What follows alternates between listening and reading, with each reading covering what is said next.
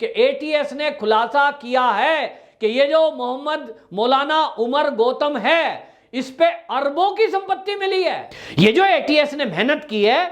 और ये जो संपत्ति का पता लगाया है, ये जो इसने मूक बधिर बच्चों को आतंक की ट्रेनिंग में झोंका है, इस पर उत्तर प्रदेश की एटीएस की जितनी तारीफ की जाए कम है। मुनव्वर राणा नाम का एक कवि है, तो अभी वो बोल रहे हैं कि ये एटीएस जो काम कर रही है उत्तर प्रदेश की, ये फर्जी है, ये नकली है, और एटीएस ने जो ये लोग पकड़े हैं ये ऐसा कुछ है ही नहीं, और धर्मांतरण तो हुआ ही नहीं, और अभी 1000 की संख्या बताई है, एटीएस वाले होते तो 4000 बना सकते हैं। नमस्कार, मैं हूं पवन त्यागी। उत्तर प्रदेश में योगी आदित्यनाथ को हराने के लिए पूरा विपक्ष साजिश पे उतर आया है, और अब दिखाई दे रहा है कि जिस तरह से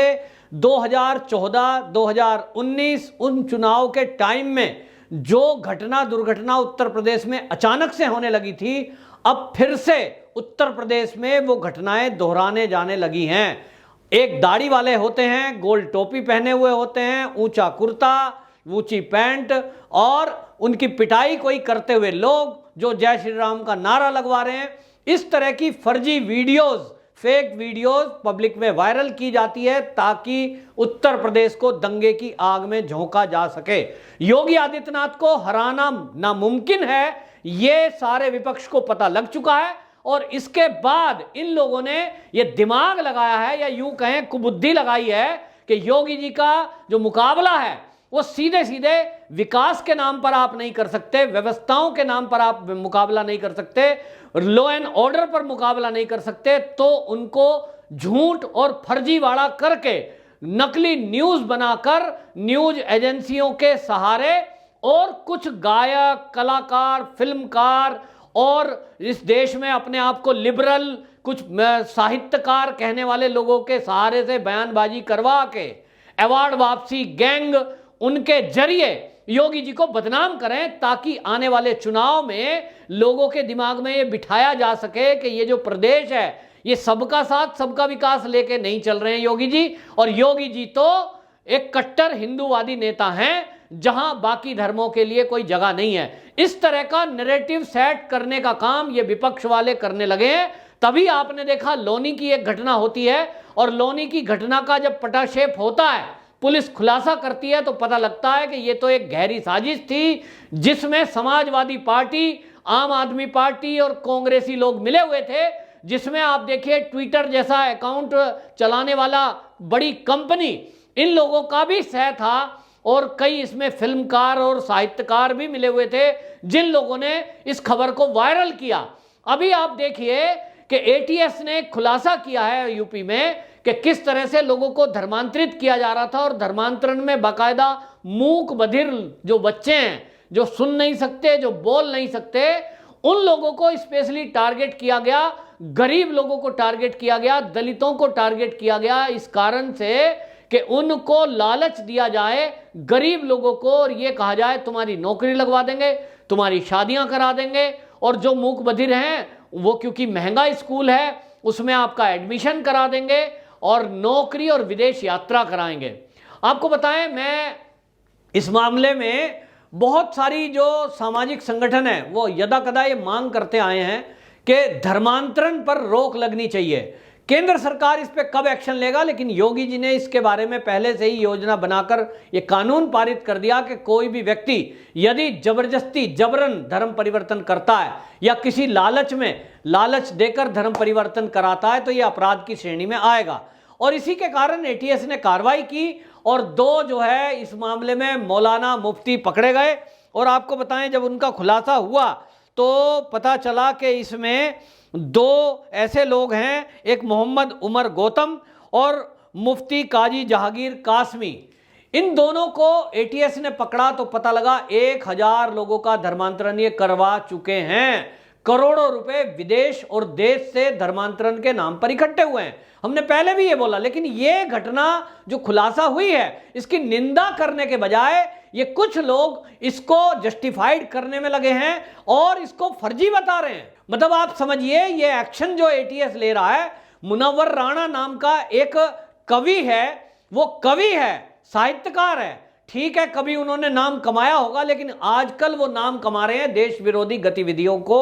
हवा देकर और देश में, समाज में ये जहर घोलने का काम कर रहे हैं। तो अभी वो बोल रहे हैं कि ये एटीएस जो काम कर रही है उत्तर प्रदेश की, ये फर्जी है, ये नकली है, और एटीएस ने जो ये लोग पकड़े हैं ये ऐसा कुछ है ही नहीं, और धर्मांतरण तो हुआ ही नहीं, और अभी 1000 की संख्या बताई है, एटीएस वाले होते तो 4000 बना सकते हैं। और मुनव्वर राणा यहीं नहीं रुके, वो कहते हैं ये तो एटीएस वाले अभी कल परसों को कहेंगे 20 औरतों को लाएंगे और कहेंगे जी ये जो औरतें हैं इनके साथ मुसलमानों ने रेप किया है। यानी मुनव्वर राणा के अंदर कितना जहर भरा हुआ है भारतीय जनता पार्टी और योगी आदित्यनाथ के प्रति,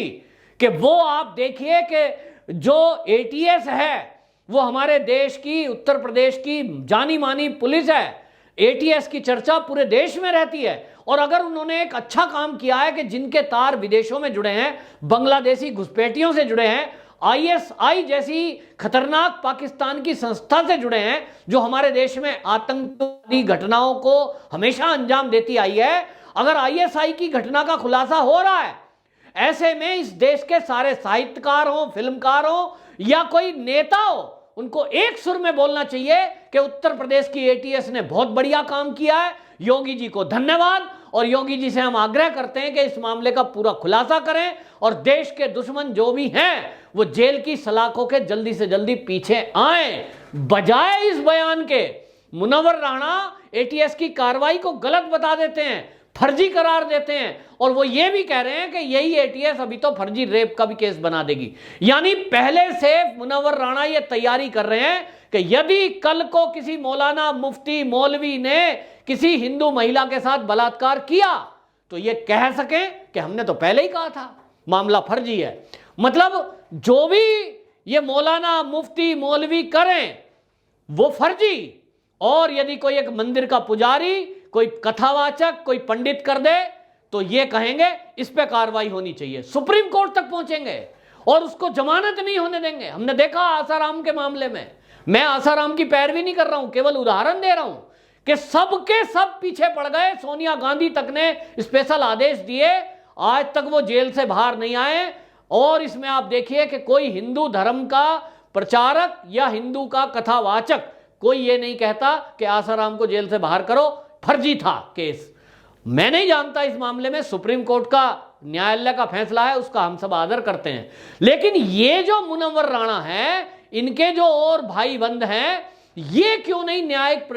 प्रक्रिया जो चल रही है, जो न्याय प्रणाली है, हमारे देश की न्याय व्यवस्था है, जो हमारे देश की कोर्ट हैं, उन पर इनको विश्वास क्यों नहीं है, सवाल ये उठता है। और आपको बताएं, मुनव्वर राणा ही नहीं तो दिल्ली के आम आदमी पार्टी के अल्पसंख्यक कल्याण मंत्रालय के जो मंत्री हैं, जो अमानतुल्लाह खान, बाकायदा वो कहते हैं कि ये बीजेपी वाले देश में लोगों को बांट रहे हैं, हिंदू मुस्लिम में बांट रहे हैं। और उन्होंने भी इस गिरफ्तारी पे सवाल उठाते हुए कहा कि ये गिरफ्तारी गलत हुई है और इन लोगों को छोड़ देना चाहिए जो एटीएस ने गिरफ्तार किए हैं। मतलब मैं हूं कि एक मंत्री वो इस तरह का बयान कैसे दे सकता है।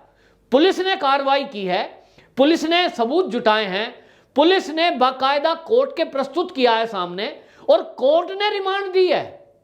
कोर्ट में ही प्रस्तुत होंगे। तो आपको अगर देश की न्याय प्रणाली पर विश्वास नहीं है तो आप इस देश को छोड़ दीजिए। इस देश में क्यों रह रहे हैं? इस देश की न्याय प्रणाली पर जिनको भी विश्वास नहीं है, फिर वो न्याय प्रणाली पर जब विश्वास ही नहीं करते, देश के प्रधानमंत्री पर विश्वास नहीं करते, देश की संवैधानिक संस्थाओं पर विश्वास नहीं करते, तब फिर यहां क्यों है? जाओ आप जहां आपको पसंद आता हो, तालिबान, पाकिस्तान, अफगानिस्तान, जो पसंद आता हो, लेकिन रहेंगे यहां,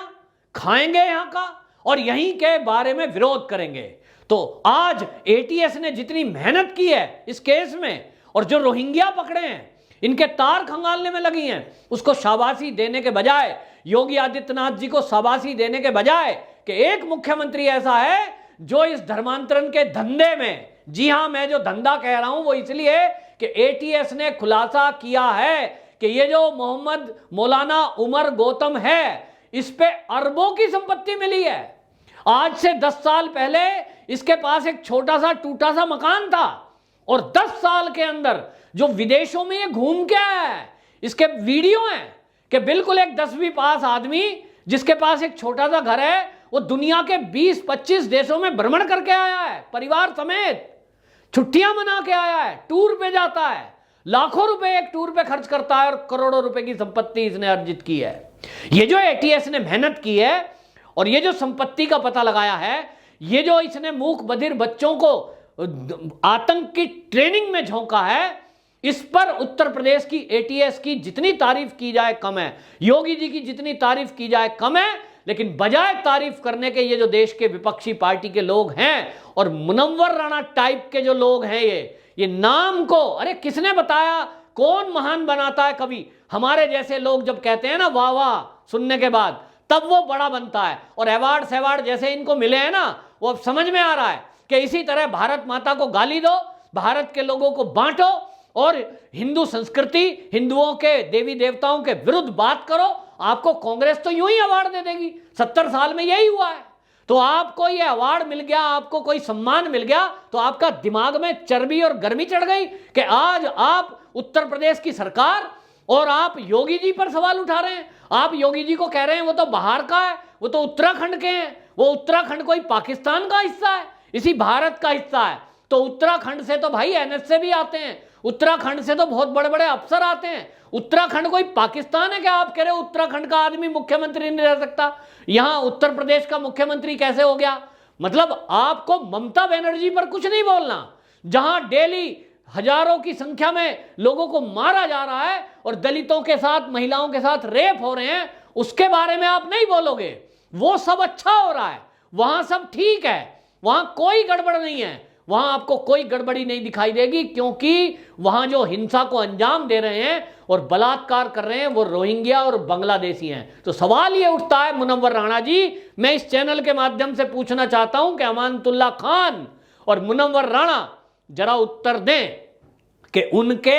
रिश्तेदार नहीं हैं तो उनके निकट के कौन हैं? इस हिंदुस्तान में रहने वाले हिंदू या